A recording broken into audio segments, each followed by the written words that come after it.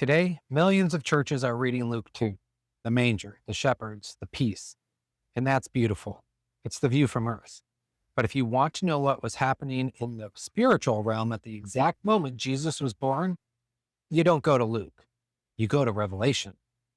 I'm fascinated by what scripture reveals about the spiritual realm. Job, Daniel, Ephesians 6. But I never connected those passages to Christmas until I read Revelation 12. And when I did, the Nativity story stopped being cozy and started being cosmic. Let me read you what John saw, the vision God gave him of Christ's birth from heaven's perspective. Revelation 12, starting at verse 1. Now a great sign appeared in heaven, a woman clothed with the sun, with the moon under her feet, and on her head a garland of 12 stars. Then, being with child, she cried out in labor and in pain to give birth. This is Mary, or more broadly, Israel, about to give birth to the Messiah. But watch what happens next. And another sign appeared in heaven. Behold, a great fiery red dragon having 7 heads and 10 horns, and 7 diadems on his heads. His tail drew a third of the stars of heaven and threw them to the earth. A dragon, Satan, and he's positioned, ready, because he knows what's coming. And the dragon stood before the woman who was ready to give birth, to devour her child as soon as it was born. While shepherds were watching their flocks, while Mary wrapped Jesus in swaddling cloths, while Joseph found a place in the stable, Satan was positioned to devour the child the moment he entered the world. Christmas wasn't peaceful in the spiritual realm. It was war.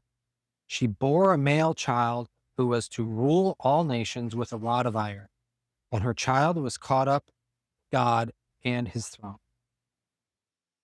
That's Jesus, born to rule. But notice, he's caught up to God. John's compressing Christ's entire earthly ministry into one verse, moving from birth to ascension, because the point isn't the timeline.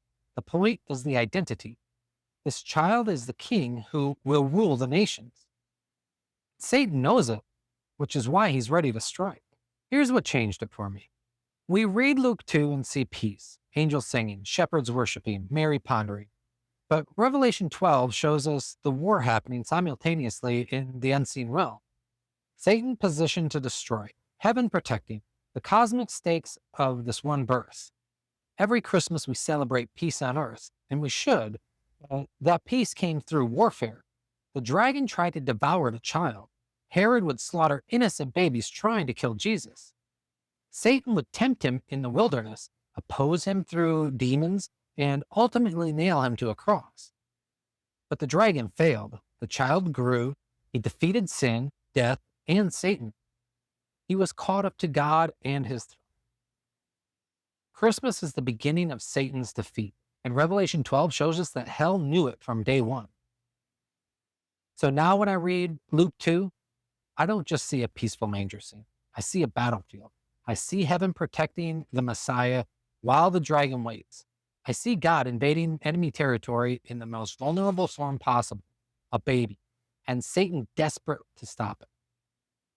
I'm still processing all of this. What does Revelation 12 reveal to you about Christmas? Drop a comment. Merry Christmas, everyone. The child born in Bethlehem is the king who crushed the dragon's head.